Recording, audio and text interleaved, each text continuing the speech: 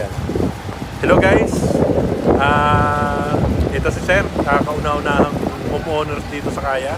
Nandito siya para kunan natin ng kaunting idea kung paano ang process sa pagkuha ng bahay dito sa Kaya Homes na Cavite, kung paano ang transportation, kung paano ang pamumuhay dito.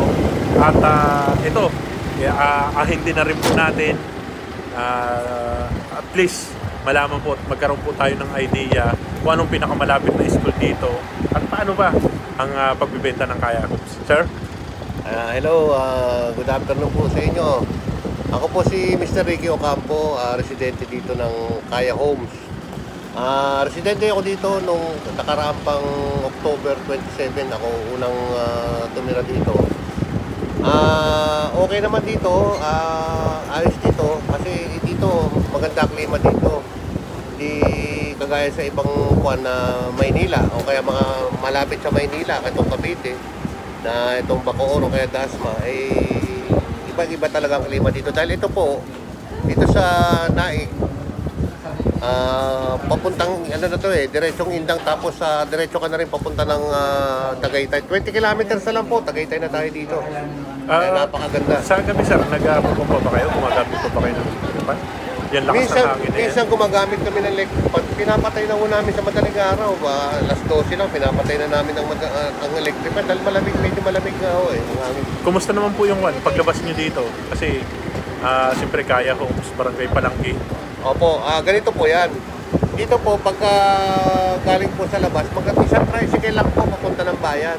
Sa bayan po, dito sa tricycle, pagka baba ng bayan, galing ng tricycle, 35 lang naman ho pamasahe mula dito hanggang bayan Ngayon pagdating po sa bayan, dito sa bayan ng Naik, meron na po tayong diretso dito papunta ng Pitex. May terminal po tayo dito sa may Fortune King.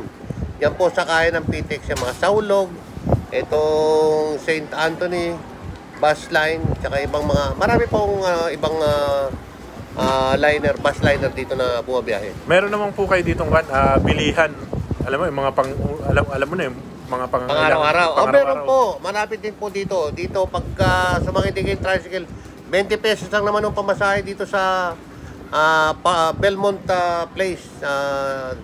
Andun po ang palengke doon. Pero hindi naman kalaki ang palengke. Pero lahat naman noon, nandun doon mabibili nyo rin. May grocery din doon, maliliit na grocery na mabibilan, no? Diyan sa Belmont, 20 pesos lang naman ang tricycle dyan papunta dyan. Yung naman po, school. Ang school po, meron din tayo school dito. Ang school po dito, dito po sa National High School, mga anak nyo na, grade 7 o going to grade 12. Meron po tayo dito, tsaka may mga elementary school din dito. May private school din tayo. Sa bayan po, may Grand B po doon, Grand B School, yung para naman sa mga koleyo. Yung simbahan po?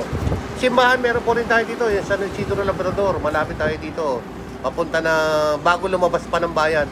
At meron pa rin po tayo isang simbahan dito sa may papunta ng Naik sa plaza. Diyan po yung ano ba simbahan yun sa may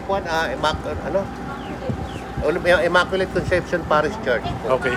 Paano naman po ang Paano naman po ba, siyempre dito na kayo nakatira, nakita nyo kung paano ginagawa yung bahay. May idea ba kayo kung paano na-build up yung bahay? Opo, ganito po yan. Ang bahay po dito, talagang maganda at matibay. Makikita nyo po, ito, pakikita rin namin sa inyo after ito magsalita ako.